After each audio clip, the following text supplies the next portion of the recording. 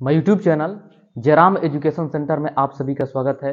Video शुरू करने से पहले बता देना चाहता हूं कि यदि आप मेरे चैनल को सब्सक्राइब नहीं किए हैं तो सब्सक्राइब कर दीजिए और अपने दोस्तों के पास शेयर कर दीजिए। चलिए आज हम मैथ के प्रॉफिट एंड लॉस चैप्टर के प्रॉफिट एंड लॉस जिसे लाभ हानि कहते हैं उसका एक हम प्रश्न का हल करेंगे दो तरीकों से।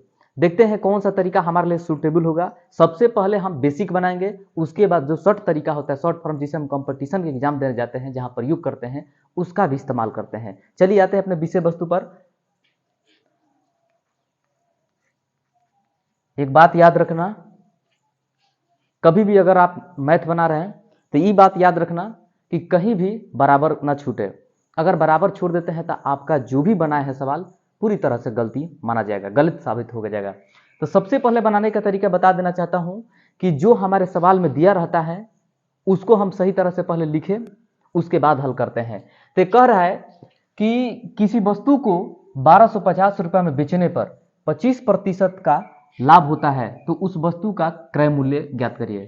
कह रहा है सवाल कि कोई एक वस्तु है, कोई भी मान लीजिए मोटरसाइकिल, साइकिल, किसी भी चीज को मान लीजिए, अगर हम उसे 1250 रुपये में बेच रहे हैं तो हमें 25% का लाभ हो रहा है, तो उस वस्तु का क्रय मूल्य कितना होगा, यानी हम कितने में उसे खरीदे थे। तो देखिए हम या कोई भी हो तो हम चलिए बनाते हैं। सबसे पहले लिखते हैं कितना दिया है, लाभ, प्रतिशत दे रहा है, लाभ कितना दे रहा है, तो लाभ है 25%। उसके बाद वस्तु को बेचने पर, बेचने कहने का मतलब है नहीं सेल प्राइस, विक्रय मूल्य, विक्रय मूल्य भी दिया हुआ है। विक्रय मूल्य कितना दिया हुआ है, तो विक्रय मूल्य है 1250 रुपया। अब हम इसको सॉल्व करते हैं कि आखिर वो व्यक्ति इस वस्तु को कितने रुपए में खरीदा था। तो देखिए क्रय मूल्य होता है, सूत्र जो होता है क्रय मूल्य का, क्रय मूल्य बराबर होता है विक्रय मूल्य बटा में 1 प्लस लाभ बटे सही। ये भी याद रखना सूत्र में, अगर कोई भी ऐसा सवाल हो तो अगर लाभ कहता है तो यहां पर प्लस का प्रयोग करना है, और वहीं जब हानि कहता है तो यहां पर माइनस का प्रयोग करेंगे। कब, क्रय मूल्य ज्ञात करने का। तो क्रय मूल्य का सूत्र होता है विक्रय मूल्य बटा में 1 प्लस लाभ बटा में सही। इस टाइप का अगर सवाल हो तब इस हम सूत्र का प्रयोग करते हैं। चलिए हल करते हैं। तो विक्रय मूल्य दिया है कितना, 1250 रुपया। उसके बाद 1 प्लस लाभ कितना है, तो लाभ है 25, अब प्रतिशत के लिए नीचे 100 हो गया है। देखिए तो अब हम इसको कटाते हैं, 25 चौका 100।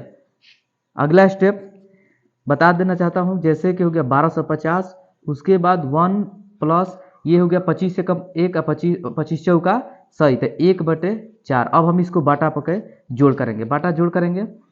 एक बात याद रखना कि अगर बराबर के आगे बराबर हो तो या तो हम यहाँ या लिख सकते हैं या ऐसा चित्र के द्वारा, ऐसा आकृति के द्वारा हम इसे दर्शा सकते हैं। यहाँ पर बराबर या लिख सकते हैं या इतना बराबर इतना, कितना हो जाएगा 1250। अगर हम इसको बाटा पर जोड़ करते हैं तो 4 एकम 4 प्लस 1 5 बटे कितना हो जाएगा 4 हो जाएगा। फिर नेक्स्ट अब बता देना चाहता हूँ कि हो जाएगा 1250, ये जो 4 है नीचे वो कहाँ चला जाएगा ऊपर, उसके बाद 5। अब हम इसको कटा सकते हैं, खूब आसानी तरीका से कटा सकते हैं। तो देखिए हो जाएगा कितना, चलिए बता देना चाहता हूँ 1250, सबसे बेसिक तरीका, हम आसान तरीका से। तो 5 5 दूनी 10 हो जाएगा, यहाँ हो जाएगा 2 5 25, यानी कितना 250। कितना हो जाएगा हमारा, तो 250 250 हो गया। 250 गुणे 4, जब हम इसको गुणा करते हैं तो हमारा आ जाएगा 1000 रुपया, यानी वस्तु का क्रय मूल्य कितना है 1000 रुपया। याद रखिएगा कि जो वस्तु को हम 1250 रुपये में बेचे थे उस पर 25% का लाभ हुआ था, वो उस वस्तु को हम कितना रुपए में, 1000 रुपये में खरीदते थे। देखिए दूसरा तरीका क्या है, ये हो गया पहला तरीका जिसे बेसिक के नाम से जानते हैं। देखिए शॉर्ट फॉर्म क्या आता है जिसे कंपटीशन में यूज करते हैं जो बहुत जल्द बनाने के लिए। तो बता देना चाहता हूँ कि याद रखिएगा कोई भी वस्तु हो, बड़ा हो छोटा, या देखिए ये भी है अपने आप में 100% का वैल्यू है, तो कोई भी चीज अपने आप में 100% का वैल्यू है। तो कह रहा है कि किसी वस्तु को 1250 रुपये में बेचने पर 25% का लाभ होता है। तो लाभ से पहले वो वस्तु 100% का वैल्यू था, लेकिन जब वही 25% का लाभ हुआ तो उसमें 25 जोड़ा जाएगा 100 में, तो कितना हो जाएगा 125, यानी 125% का वैल्यू दिया है कितना 1250। 50 रुपया। अब कोई भी चीज़ अपने आप में मूल अवस्था में कितनी परसेंट होती है? 100% के। तो हमें 100% का वैल्यू ज्ञात करना है, तो इसलिए 100% के लिए कितना हो जाएगा? 1250 गुणे 100 और बटा में कितना? 125। अब देखिए 125 हो गया, हम इसको कटा सकते हैं खूब आसानी तरीका से। 125 दहा में ये कितना हो जाएगा? 1250। अब हम कर सकते हैं 10 गुणे 100 यानी कितना? 1000 रुपया।